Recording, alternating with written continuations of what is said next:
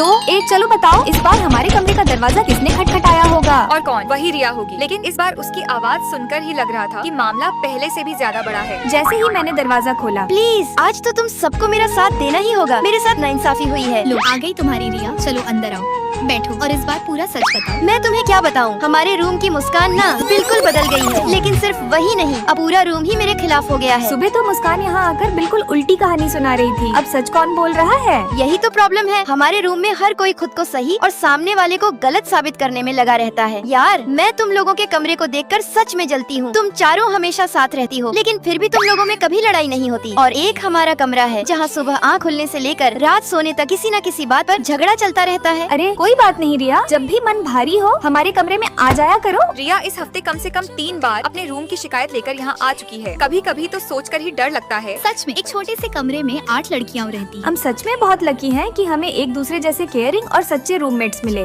उधर ओए लड़कियों, इस महीने का बिजली का बिल पूरे 600 रुपए आया है। चुपचाप सब अपना अपना हिस्सा निकालो। 600 रुपए इतना ज्यादा कैसे आ सकता है? चलो बराबर बराबर बांट देते हैं। बराबर क्यों देंगे?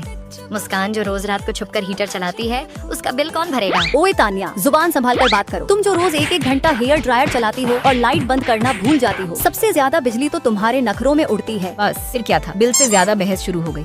लड़कियों, इस महीने का बिजली का बिल 900 रुपए आया है। अरे हाँ यार, इस बार ऑर्डर बहुत ज्यादा थे। मेरी सिलाई मशीन और लाइट सबसे ज्यादा चली, इसलिए इस बार ज्यादा हिस्सा मैं भरूंगी। नहीं प्रिया, एग्जाम की वजह से मैं भी पूरी रात लैंप जलाकर पढ़ रही थी। आधा बिल मैं ट्रांसफर कर देती। अरे रहने दो, इस महीने हमारी सेल अच्छी हुई है। हमारे फर्म की तरफ से पूरे 900 रुपए मैं दे देती हूँ। आज के सारे ऑर्डर अभी तक तैयार नहीं हुए, अभी करते हैं मैम। फिर हम चारों ने मिलकर कुछ ही देर में अपने स्टार्टअप के सारे ऑर्डर तैयार कर दिए। उधर यार हम लोग भी बिजनेस शुरू करते हैं। आइडिया तो अच्छा है, लेकिन पैसे कहाँ से आएंगे? तेरा बाप पैसे देगा? बस एक लाइन ने पूरा माहौल खराब कर दिया। हमारे रूम में तो हर बात लड़ाई पर ही खत्म होती है। देखो ये डिजाइन मैंने 3 दिन में तैयार किया है। क्या सिर्फ 3 दिन में? ये तो सच में मास्टरपीस है। इसे मीशो पर डालते हैं। रुको, मेरे पास इससे भी अच्छा आइडिया है। हम लोगों ने भी अपना ऑनलाइन बिजनेस शुरू कर दिया। धीरे धीरे ऑर्डर आने लगे, फिर ऑर्डर से इतने बढ़ गए कि पहले ही दिन 30 लाख रुपए की सेल हो गई। कुछ ही समय बाद हमें मीशो की तरफ से बेस्ट सेलर अवार्ड भी मिला। तुम लोगों को मायरा के ग्रुप से कुछ सीखना चाहिए। इन्होंने पढ़ाई के साथ साथ अपना बिजनेस भी शुरू किया और अब इनके स्टार्टअप को कॉलेज की तरफ से 50